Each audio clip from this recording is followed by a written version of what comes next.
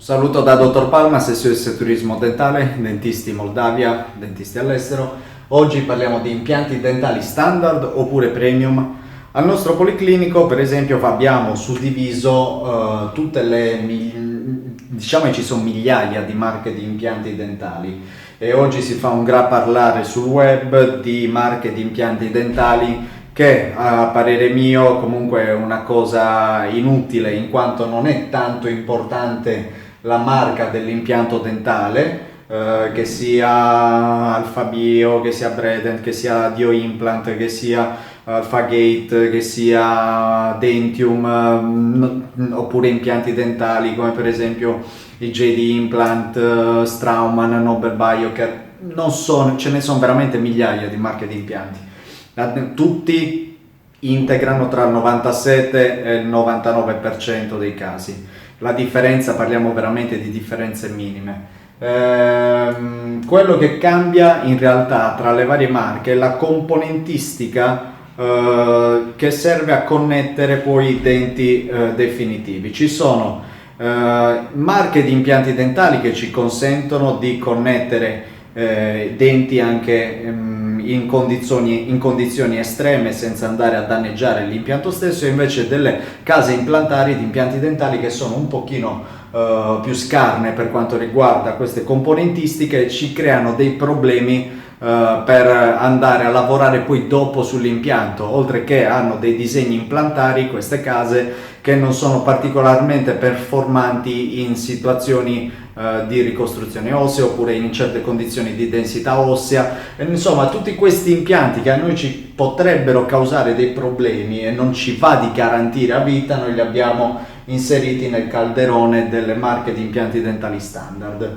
Invece nell'altro calderone degli impianti premium abbiamo inserito quelle marche di impianti dentali che non ci creano problemi sul lungo termine, sul lungo periodo. I problemi possono essere tanti sugli impianti dentali in generale, a prescindere comunque da standard o premium, tutti possono avere gli stessi problemi, solo che con i premium veramente meno si hanno questi problemi, con gli standard un po' di più. Il costo poi a noi costano di più quelli premium per ovvie ragioni, andiamo poi a ricaricare maggiormente che non su quelli standard, cioè a aumentare il prezzo rispetto a quelli standard. Impianti dentali premium sono degli impianti dentali che ci consente di dare delle riabilitazioni più sicure, più performanti sul lungo termine. Le viti si possono svitare di connessione agli impianti, si possono rompere dentro agli impianti, oppure possono non attecchire gli impianti nell'osso. Possono essere tanti i motivi per cui si deve poi tornare su degli impianti dentali standard. Poi dipende anche il numero di impianti che ci sono dentro alla bocca. Se il paziente ci chiede di fare una riabilitazione su sole 4 viti, a parte che è già rischioso fare una riabilitazione su 4 viti, perché se ne perdiamo una tutto il lavoro sopra va buttato praticamente, bisogna considerare tante cose.